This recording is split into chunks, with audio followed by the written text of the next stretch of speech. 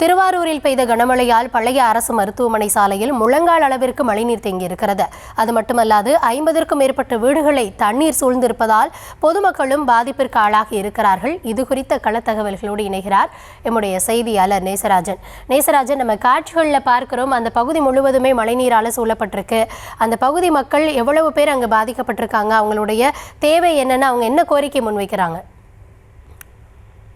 நிட்வா புயல் எதிரொலி காரணமாக திருவாரூர் உள்ளிட்ட 5 மாவட்டங்களுக்கு நேற்று ரெட் அலர்ட் சென்னை மண்டல வானிலை ஆய்வு மையம் விடுக்கப்பட்ட நிலையில் நேற்று முன்தினம் இரவு முதல் திருவாரூர் மாவட்டத்தின் பல்வேறு பகுதிகளில் இடைவிடாது கனமழை பெய்து வருகிறது. குறிப்பாக திருவாரூரில் கடந்த 24 மணி நேரத்தில் மட்டும் 14 சென்டிமீட்டர் மழை அளவு பதிவாகியுள்ளது.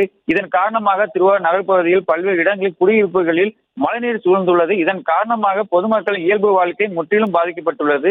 இந்த நிலையில் திருவாரூர் நகரத்துக்கு உட்பட்ட பழைய அரசு மருத்துவமனை சாலையில் நேற்று முன்தினம் இரவு முதல் தற்போது வரை பெய்த கனமழையின் காரணமாக 50க்கும் மேற்பட்ட வீடுகளை மழைநீர் சூழ்ந்துள்ளது. மழைநீருடன் கழிவு நீரும் கலந்து செல்வதால் பொதுமக்களுக்கு பல்வேறு தொற்று நோய் ஏற்படும் அபாயம் ஏற்பட்டுள்ளது.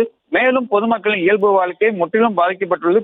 மேலும் மாவட்ட சுகாதார பணிகள் இணை இயக்குநர் அலுவலகம் முழுவதுமாக மழைநீர் தேங்கி நிற்கிறது. தொடர்ந்து மழை பெய்தால் மருந்து கிடங்குகள் மழைநீர் புகுந்துவிடும் அபாயம் ஏற்பட்டுள்ளதால் அதற்கு முன்பாக மருத்துவத்துறையினர் உரிய நடவடிக்கை எடுக்க வேண்டும். மேலும் வீடுகளை சூழ்ந்துள்ள மழைநீரை அகற்றுவதற்கு நகராட்சி நிர்வாகம் உரிய நடவடிக்கை எடுத்து குடியிருப்புகளில் சூழ்ந்த மழைநீரை அப்புறப்படுத்த வேண்டும் என அப்பகுதி மக்கள் கோரிக்கை வைக்கின்றனர். விவரங்களுக்கு நன்றி நேசராஜன்.